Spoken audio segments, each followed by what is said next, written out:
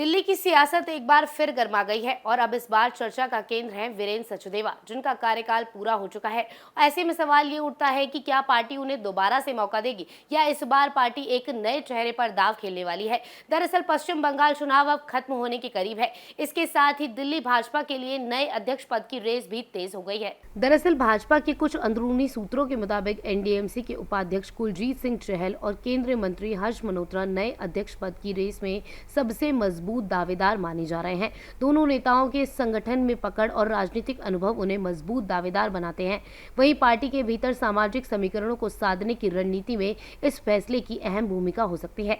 हालांकि पार्टी के बड़े वर्ग का मानना है कि वीरेंद्र सचदेवा ने अपने कार्यकाल में जिस तरह से इस संगठन को मजबूती दी है और चुनावी सफलताएं दिलाई हैं, उसे नजरअंदाज करना आसान नहीं होगा। उनके नेतृत्व में बीजेपी ने न सिर्फ विधानसभा में ऐतिहासिक जीत दर्ज कराई, बल्कि लोकसभा चुनावों में भी सभी सीटों पर जीत का सिलसिला बरकरार रखा।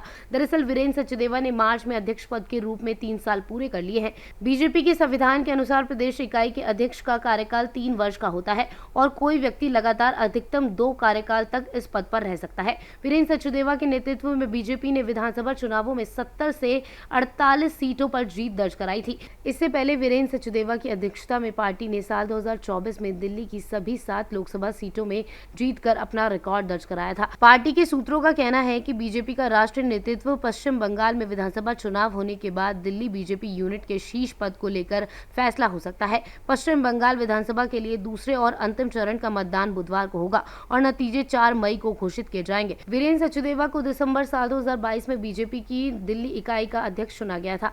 आने वाला निर्णय सिर्फ एक पद का चयन नहीं होगा, बल्कि ये तय करेगा कि दिल्ली बीजेपी में आने वाले समय में किस दिशा और रणनीति के साथ आगे बढ़ेगी। Subscribe now and press the bell icon. Never miss an update.